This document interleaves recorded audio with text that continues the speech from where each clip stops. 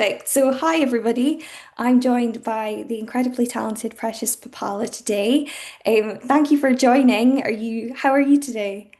I'm good, thank you. It's very cloudy today, which is opposite of yesterday where it was bright and sunny. So I'm like trying to stay positive vibes. But other than that, I'm good. Thank you Yeah, so much brilliant. for having me. I know it's really like crazy weather right now. Like it's sunny and then it's not. Um, yeah, Typical so bit of talking about the weather. I know, I know. Enough about the weather. So we just want to kind of give everyone an idea. Obviously, I know who you are. You're one of our purple list artists that we've decided for this year. It's a long list of artists who we think are going to really be huge this year, that are going to break out. And we've been listening to your music and following your journey, and it's really been really inspiring to see. And now you've got a new project coming out. So, would you just kind of tell the world who you are, where you're from, and what's your vibe with music? Well, my name is Precious Pepala. I'm an artist from Sheffield. I've been releasing music for 4 years now, and I make quite like pop, rock, alternative. It's like a melting pot of different Yeah. genres. I think based on like my upbringing, because my dad's a pastor, so there's a lot of religious Mhm. sound in my music. But also being from Sheffield, being a fan of like Arctic Monkeys and Bring Me the Horizon, it kind of influenced my sound. And also like all the R&B influences, like I'm a massive Beyonce fan as well. So like Yeah. all these sounds kind of influence my music. And I'm releasing my third EP in a week or yeah, a week. So I'm very, very excited and I'm very excited to be here as well talking to you. Yeah. I personally love so many of your songs. I think Love Bombs is probably my favorite at the moment. Um, but I don't even going back a bit, I remember seeing, I think Eve was the first one that I had heard from you. And that just kind of blew me away and is still on rotation now. Um, do you have a favorite song that you've ever put out? So I always say bubble wrap is my favorite. Yeah. But I think recently, like Love Bombs has been competing with bubble wrap. I Mhm. think my personal favorite is based on what I enjoy performing live the most. And Right. I think also like bubble wrap to me was very cathartic. Writing that song was kind of like it was a turning point in the relationship between me and my parents and almost like admitting to them that I don't feel the same way about this religion that I've been brought up to believe in as they do. Mhm. So I think that's why I always have a special place in my heart. But bubble wrap also was kind of a similar cathartic feeling of like getting over a really negative experience and a negative feeling that kind of was always looming over me. And then once that song was written, it kind of left me and left my shoulders. Yeah. But also, I have a song called The After, which is not a single and it's not out yet. It comes out on the EP, and that one is in my top three as well. Yeah. I love that song so much and I'm so proud of it. So I've got a few. I'm my own biggest fan, which I Yeah. feel like you have to be. I love that. And are you excited to perform that new one live? Well, I'm gonna have to compete for it to be on the set list because it's one of those songs where it would never really fit in. I don't know where it would fit into a set. I think if I did like a headline show, I would sneak it in there if Yeah. like the fans wanted it. But I'd love to perform it live, honestly. But it's like the band dynamics. It's like we all have to have democracy. So it's always funny in the rehearsals. Like there's songs that I really want on the set list, but it's like other people want different songs, and like the fans want to hear certain songs. So I have to Yeah. kind of step back and be like, what do the people that are coming to watch it want to hear as opposed to what I want to sing? Yeah, definitely. And I'm sure there are ones that the band even like to play and the Yeah, people around you. Yeah. Yeah.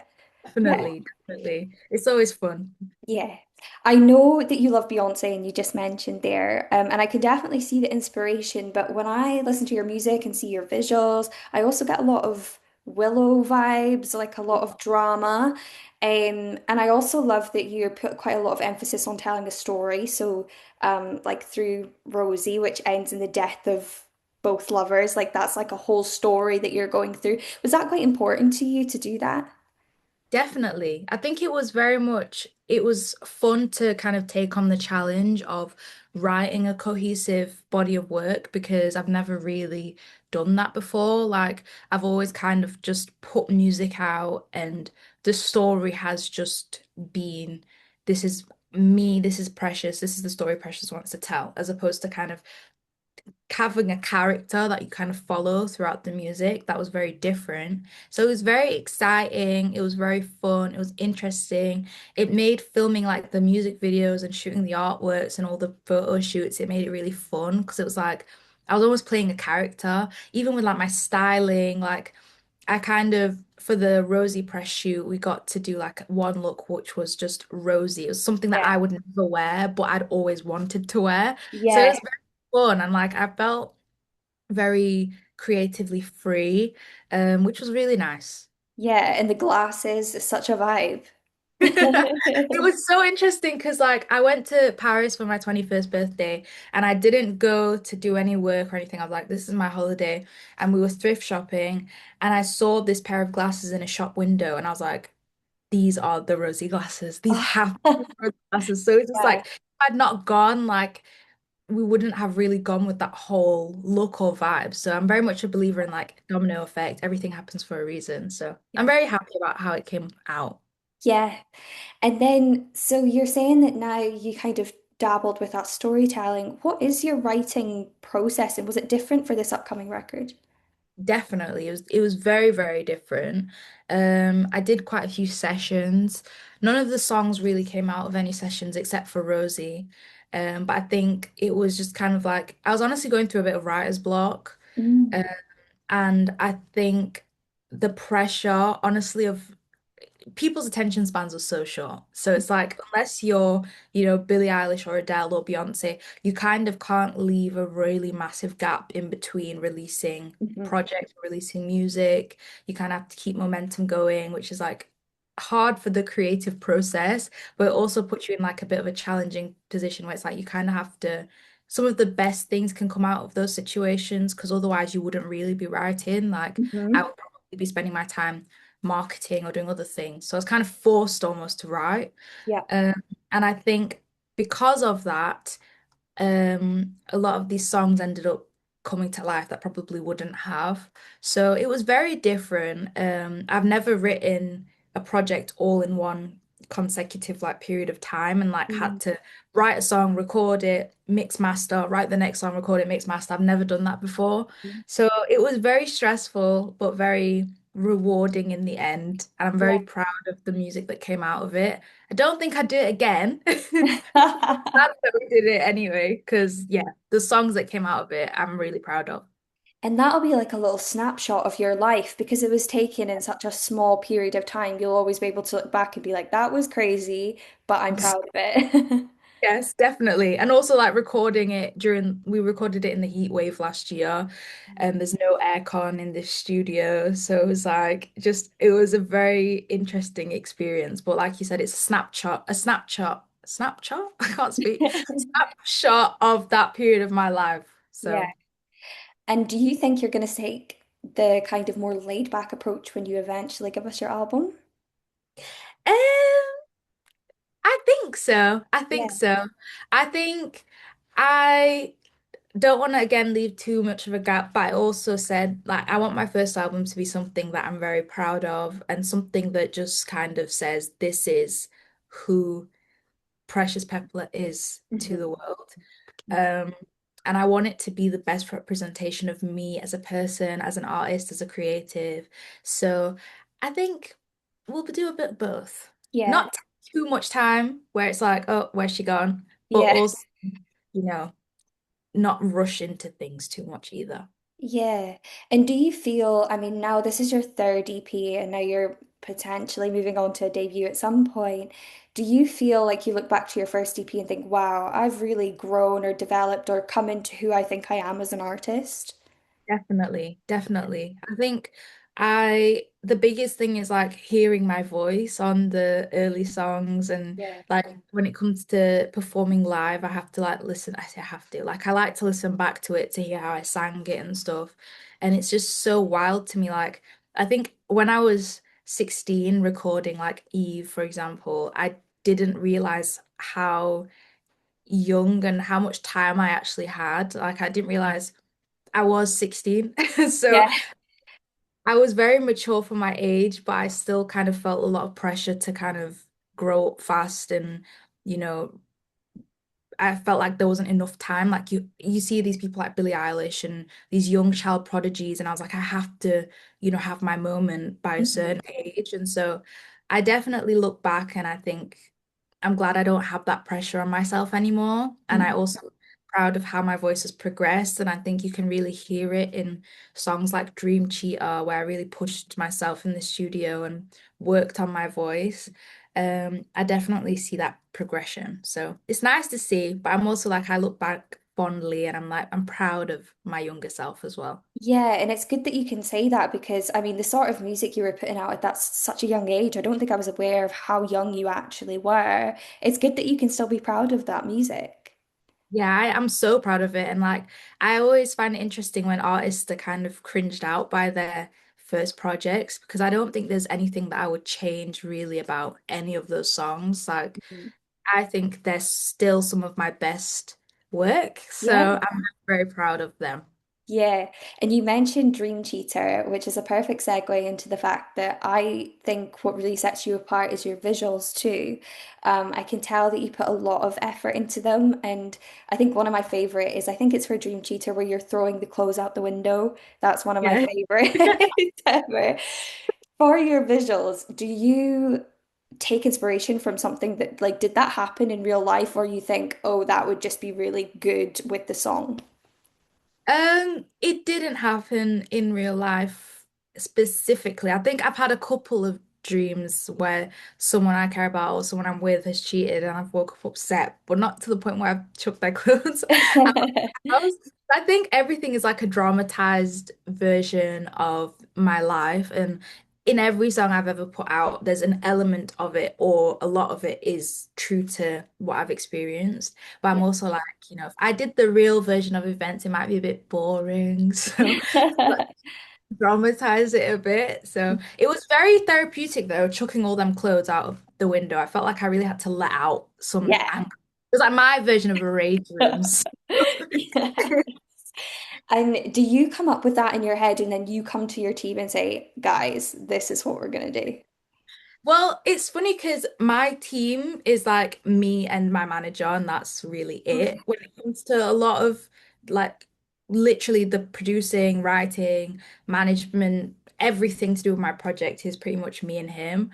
And then we have obviously help from and support from outside, like press and everything. But um, so it's always a collaborative thing, and like we spend almost every day together. So it'll be like we're going and getting a coffee or in the car and we're like, what should we do for the visuals for this song? And it'll usually come out of a conversation. Pinterest has been my best friend, like it's always helpful. And yeah, it will be random things like walking down a street and seeing some glasses in a thrift shop window. Like it just varies. So it's a very like loosey-goosey answer. But No, that's great.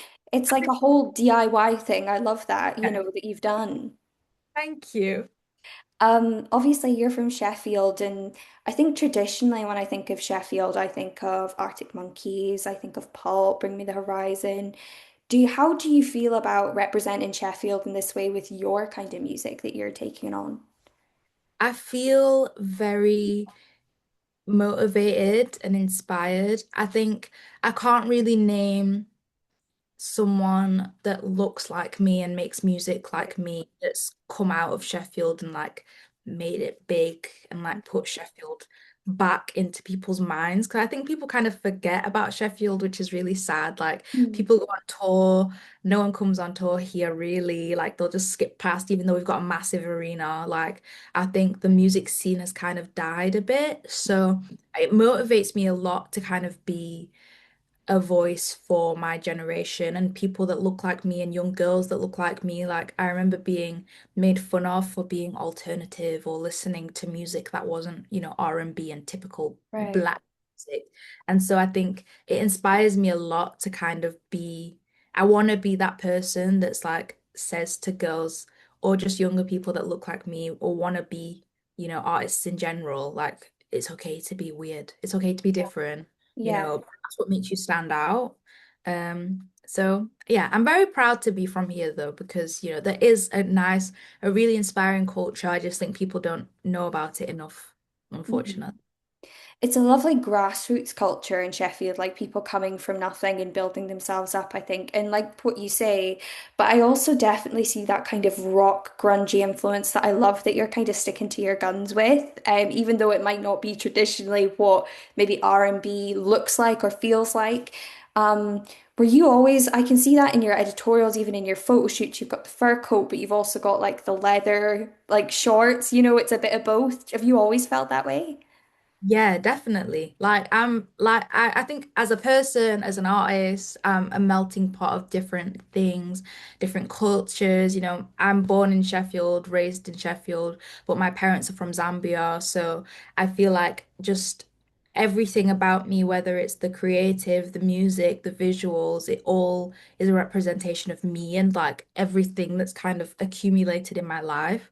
Um, so yeah, it is very. I'm also very indecisive. So I'm like, some days I want leather, some days I want fur. So I'm just like, I'm just gonna put them all together and see what happens. So Yeah, that's real though. Not everyone is just one genre, are they? I think no, Beyonce's proved that. I mean, you can do everything. exactly. Yeah. Who in the industry other than Beyonce, who we spoke about heaps, inspires you, or who inspired you initially to make music? Ooh, I mean, obviously Beyonce. I love her so much. Hmm. Um, I would say there's so many people. I used to sit and just watch music videos like for hours during like the 6 week holidays, MTV, Capital, like Kiss FM, all them channels on TV. I love music videos. So I'd say just like Destiny's Child, obviously Aaliyah, Brandy. I loved Katy Perry. I loved Adele. I Yeah. love Oh, it's hard to think off the top of my head. I loved the Vamps. I loved One Direction, Harry Yeah. Styles. Like there was just Whitney Houston. Kiss, I learned to love as I got a bit older. Mhm. Deftones, Nirvana. Like, there's just so many people. I mean, Billie Eilish was like my main inspo. Olivia Rodrigo as well. Yeah, Yes. there's so many people. I think the biggest thing was singing in church though. Like, I just I know it's not church is supposed to be like spiritual and connecting with God, but like when I was singing in front of the congregation, like the feeling of having people like clap after you sing and Yeah. people will be moved by what's coming out of your mouth, even though I'm sure looking back it sounded terrible. But like 7-year-old me was like, "Oh, this is what I want to do." So there was loads of stuff that inspired me, which I'm grateful for. Does the gospel or the kind of church influence from your early years ever seep through when you're writing or thinking about melodies and things? Definitely with the melodies, the harmonies, like I love the stacks and the layers. I kind of think that's the one only thing that I have regrets about this coming EP is that we didn't do more of that. And I think that was purely because of time, which is a shame.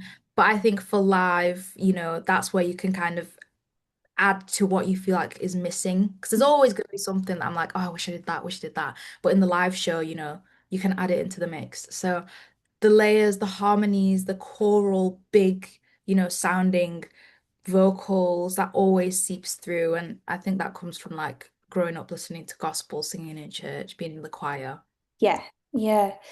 And then I think about some of the content of your records, and some of them, like Dream Cheater or Please Cheat on Me or anything like that, do you feel you write best from kind of a dark place and turning it into like a song and making it a little bit more upbeat, I guess? Definitely. That has been like a massive thing when it came to writing this. Like I really wanted to do an EP of not happy music, but I guess happy music, like less dark music because Yeah. the initial idea that I was gonna do was Dark Days was supposed to be like all dark music. My last EP was meant to be like a bunch of dark, sad, I mean I was in a really bad place when I wrote those songs. And then it was supposed to have like a second part to it that was a light EP and it was Right. like happy music. I just couldn't do it. I really I was just like, this is just not me. I think I've always been drawn to darker sounds, minor chords, darker clothes, like dark hair. I just everything, something so attractive to me about it. And like even when it came to like music videos or like TV shows, like I loved like with Please Cheat on Me, an inspiration was like Scooby-Doo, Mystery Incorporated. Okay, that's a vibe. Like Hex Girls, like those like dark teen TV shows, like all of that has kind of always inspired me. So it kind of felt really unnatural to try and write happy, light music. I Yeah. think I might do it one day, but I just haven't found a way to do it that makes sense for me yet. So Yeah. And do you feel when you write it, it's like a catharsis? You've got it off your chest and you feel like, oh, I can cope with this now. It's there, it's out in the world. definitely, definitely. I think also hearing other people say that it's kind of helped them to Mm. heal, that always kind of helps me almost reflect on it and like actually listen to my lyrics because I think it's easy to just sing a song and you just like the melody and you're not really thinking about what you're actually saying or Yeah. processing what you're saying. So a lot of the time I'll process my lyrics after. And that will help, hearing other people's perspectives on it as well. So, Yeah. yeah. And now you're moving into this kind of next phase of you're becoming a bigger artist. People start to know who you are. I saw you at the Mobos and you were giving Bond Girl. Um, how does it feel now? Like doing interviews, performing, going to these events. Do you get nervous or? So nervous, so nervous. Like, especially before going on stage, it is insane. I'm really trying to find different methods of like coping with the anxiety and the just the nerves because I'm not a very like social person. I'm not very extroverted. Like my social battery is very limited. Mm. So it's pushing me out of my comfort zone, like meeting people after shows. I don't want someone to meet me and not get the best version of me that I can give. Mhm. So it's very hard to like, push that out. So it's definitely challenging me a lot, but it's very exciting. And it feels very rewarding as well, like seeing someone in real life out of their mouth saying, I love your music is Mhm. so it's just a different feeling. Like I Yeah, think I struggle to connect with comments and DMs because it doesn't feel like real. yeah, it don't feel Yeah. real. It's just like words on a screen. Whereas when someone says it and they come up to you and they're like, "I love your music. I love your songs," like it just, I don't know. It's so crazy to me. So it's Yeah, very, very exciting times. yeah. And does that quite happen quite often now? Are you really feeling the love a lot, like both online and in real life?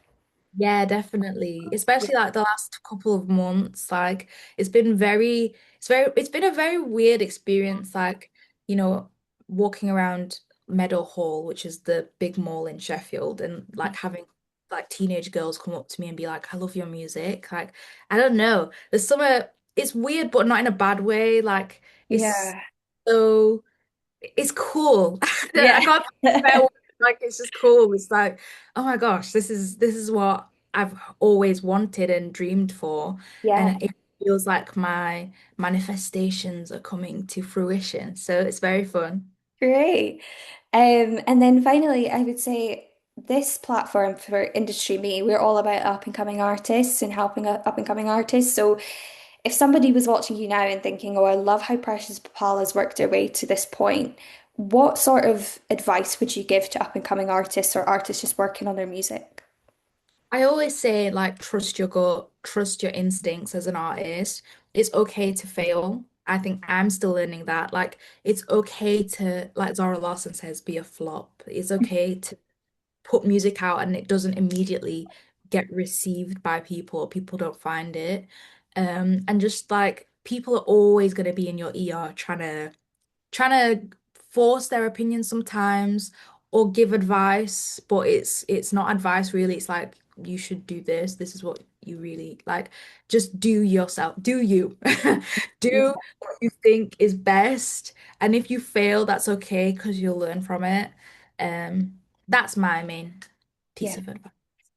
And what is your next steps? Obviously, you've got the EP coming out, but then maybe album next. What's the like big goals in the next, let's say, year or so? We are in the process of writing the album, Okay. which is very exciting. I feel like my biggest goal is to do a headline tour.